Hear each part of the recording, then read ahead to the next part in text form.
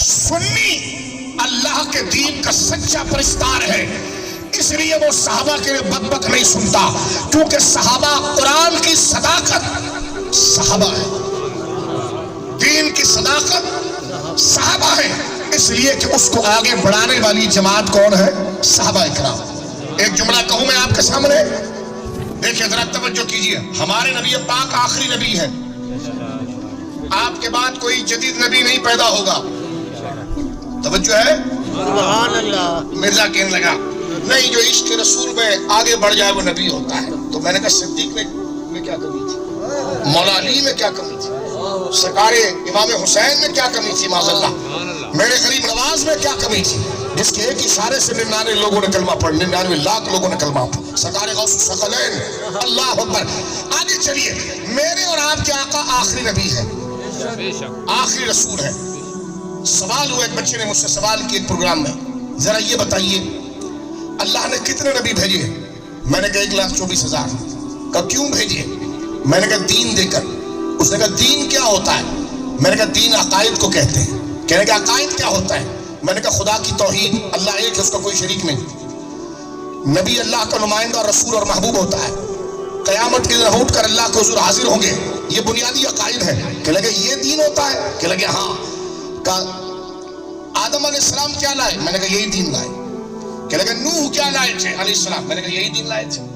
کہ ابراہیم کیا لائے تھے؟ میں نے کہا یہی لائے تھے۔ کہ لگے یحییٰ، زکریا، داؤد، سلیمان، موسیٰ علیہ السلام کیا لائے تھے؟ میں نے کہا یہی باتیں لائے تھے۔ کہ ہمارے نبی کیا لائے؟ کہ یہی بات۔ کہ لگا عجیب بات ہے، سب ایک ہی بات لائے؟ کہا تو کہ پھر 1,24,000 کیوں آئے؟ ایک ہی آتا۔ جب بات ایک ہے، بچہ سوال کر رہا ہے مجھ سے کہ جب بات ایک ہے تو 1,24,000 کیوں؟ ایک ہی آتا نا یار، ذرا جاگ کے سنو، چہرے پر ایک ہی آتا۔ جب دین ایک ہے تو نبی 1,24,000 کیوں؟ تو میں نے کہا بیٹا اس کی وجہ یہ ہے کہ یہی باتیں نبی، جو عقیدے کی بات جس کو میں دین بول رہا ہوں، سب نبی ایک ہی دین لاتے ہیں، لیکن یہ دین جب نبی امت کو دیتا ہے تو بصورت کتاب کے دیتا ہے، جو اللہ ان پر اتارتا ہے، صحیفہ کتاب کا۔ ٹھیک، پھر کیا ہوا کہ نبی کے مزار میں جانے کے بعد والوں میں مضبوط لوگ نہیں ہوتے تو وہ اس میں رد و بدل کر دیتے ہیں، بات ادھر ادھر کر دیتے ہیں، تو بعد میں جو یوتھ پیدا ہو رہی ہے ان کو تو فریش دین نہیں ملا، کہاں وہ تو بدل دیا انہوں نے، تو اللہ ان پر رحم کر کے پھر اسی بات کی تجدید اور احیاء کے لے کر اور نبی بھیج دیتا ہے، اس پر پھر یہی کتاب اتارتا ہے۔ ہاں سمجھ میں آ گیا؟ کہ لگا اچھا ہر نبی کے بعد نبی آتا اس لیے؟ میں نے کہا ہاں، اس لیے کہ جب اصل دین کو جو کتاب کی صورت میں ہے یا صحیفے کی صورت میں ہے، لوگ جب اس کو بدل دیتے ہیں تو آنے والی 100 سال یا 50 سال کے بعد جو قوم ہے ان کو نیا دین، اصل دین کیسے ملے گا؟ وہ تو تبدیل ہو گیا۔ کہا اللہ ان پر رحم کر کے پھر ایک نبی ان کے لیے بھیجتا ہے اور ان کے اوپر پھر یہ ساری کتابیں اور باتیں اتارتا ہے۔ کہنے لگا اچھا تو پھر حضور کے بعد کیوں نہیں اتارتا؟ جب ہر نبی کے بعد اتارتا تھا، حضور کے بعد کیوں نہیں اتارتا؟ میں نے کہا بیٹا اس لیے نہیں اتارتا کہ دین کو بچانے اور کتاب کو بچانے کی جیسی ٹیم چاہیے تھی قیامت تک کے لیے، وہ نبی نے صحابہ کی صورت میں بنا دی تھی۔ ظالم کا بچہ تو یہ بکواس کرتا ہے صحابہ کی عدالت پر، صحابہ کی عدالت پر بکواس کرنا یہ دین اور ختم نبوت کا انکار ہے۔ اگر کوئی مجھ سے پوچھے حضور کے آخری نبی ہونے کی دلیل کیا ہے، میں نے کہا کئی دلیلوں میں ایک دلیل یہ کہ ابو بکر سچا ہے، عمر سچا ہے، عثمان سچا ہے، علی سچا ہے، جماعت صحابہ سچی ہے۔ اگر یہ سچی نہ ہوتی اور کتابوں میں تبدیل کرتی، پھر ایک نبی آتا تاکہ ہم جو 1500 سال کے بعد آ رہے ہیں ہمیں اصل کتاب، فریش کتاب، جو مضبوط کتابیں ملتی، لیکن قیامت تک قرآن ہی رہے گا، بدلے گا نہیں۔ اس کے مطلب مراد کیا ہے کہ اس کو بچانے والے جھوٹے نہیں بلکہ سچے تھے، صحابہ سچے ہیں، اس لیے قرآن کی صداقت کی دلیل بن گئی اور قیامت تک قرآن باقی رہے۔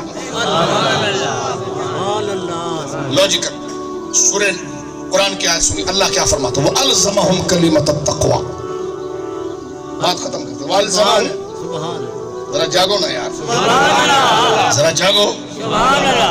تم نہیں جاگو گے تو پھر میں ان کا نام لوں گا اور آپ بولیں گے یار پتہ نہیں آپ نے نام لے لیا, آپ پہلی دفعہ ہیں.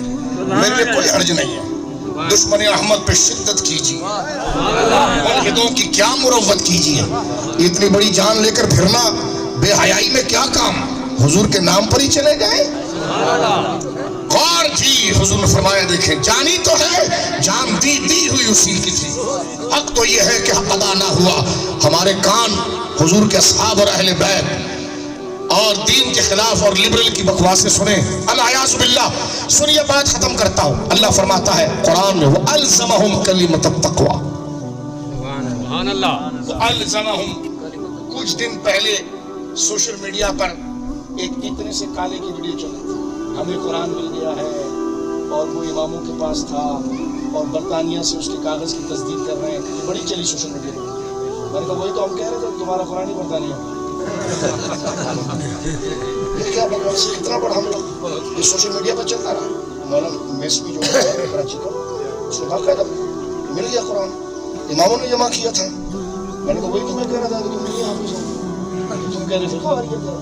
میں نے کہا جب تک قرآن رہے گا نا تو صدیق کو کوئی نظر اٹھا کر نہیں, جب تک قرآن ہے صحابہ کو کوئی نظر اٹھا کر نہیں دیکھ سکتا, کیونکہ قرآن صحابہ کی عزت کی سب سے بڑی تاریخ ہے. تقریر ختم ہو رہی ہے. اللہ خود کہتا ہے وَأَلْزَمَهُمْ كَلِمَةَ التَّقْوَى. حبیب تیرے ان صحابہ کے دلوں میں نے کلمہ تقوی چپکا دیا ہے, اور ایسا چپکا دیا ہے کہ ان کا دل بولے یا کلمہ بولے بات ایک ہی ہے. جیسے گلاب سے خوشبو کو جدا نہیں کیا جا سکتا. وَأَلْزَمَهُمْ كَلِمَةَ التَّقْوَى. اور ان کے دلوں میں ہم نے کلمہ لازم کر دیا. کن کے محبوب, تیرے صحابہ کی لازم کر دیا. مولا کلمہ تو بڑے عزت والا ہے. ہماری عمریں 70 سال 80 سال ہو جاتی ہے, داڑھی ہے, ٹوپی ہے, پگڑی ہے, تسبیح ہے, نمازیں ہیں, تہجد ہے, کلمہ پڑھتے رہتے ہیں کہ دل میں اتر جائے. لیکن مولا یقین نہیں, یہ کون لوگ ہیں جن کو کلمہ خود ان کی طرف جاتا ہے.